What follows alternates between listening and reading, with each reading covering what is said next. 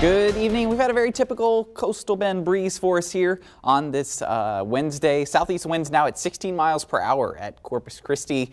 Most of the area between 15 and 20 miles per hour, but that's going to start to change over the next couple of days. In fact, look where we go for Thursday. We're going to be pretty similar to today, but as we get into Friday and Saturday, those typical afternoon wind speeds are going to translate into the morning, and then for Friday and Saturday, those afternoons going to be up there to 20 to 25 miles per hour. So it's going to get a little blustery as we head toward the end of the week and the weekend. In terms of the tropical satellite over the Gulf of Mexico, look how quiet it is. You can pretty much see all the waters of the Gulf. Very little convection to be speaking of. Certainly none of it here along the Texas coastline. So that's why we're still dealing with the mostly sunny conditions. Further out in the Atlantic, things are still relatively quiet. We don't have much to be speaking of, and it looks to remain that way for about the next 5 days. One thing that has been pretty persistent throughout the whole month of June has been some really below average water temperatures stretching all the way from Africa through the Caribbean Sea and just entering the Gulf of Mexico. Now, we've still got the warmer than normal temperatures in the North Atlantic and for the Gulf of Mexico, so we can't let our guard down just because most of the Atlantic has these cooler than normal temperatures.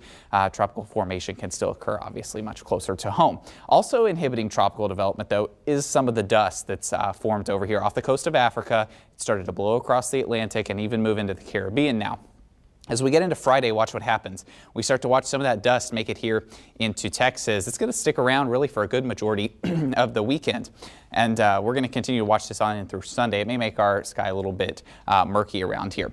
In terms of moisture, though, we've got fairly average amounts of moisture, but the high pressure has really kept us from seeing much in the way of rain the past couple of days. As we get into the weekend, that Saharan dust is going to arrive. It's going to really leave us at pretty low counts of moisture. As we get closer to the start of next week, we're going to watch this area of much higher moisture start to move closer and closer to us. And by the time we get into Wednesday, that'll be 4th of July, it's going to be in our vicinity. So we're going to have to continue to watch this over the next few days, see exactly how this impacts our 4th of July forecast.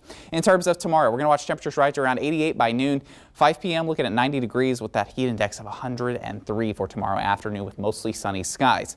For your 7-day forecast, this is brought to you by AutoNation's 72-hour flash sale. Get supercharged savings. Hurry, these savings end in a flash. So let's talk 7-day forecast. We've got temperatures hanging out in the low 90s, really all the way through the end of the 7-day. But the big things to stand out here, Friday through Sunday, the winds are going to pick up and that dust is going to start to arrive as well. Then we're going to keep an eye on 4th of July forecast because right now it's looking like we could see some isolated showers in the area, but some uncertainty still remains in that forecast. We'll be watching that over the next week. Tessa?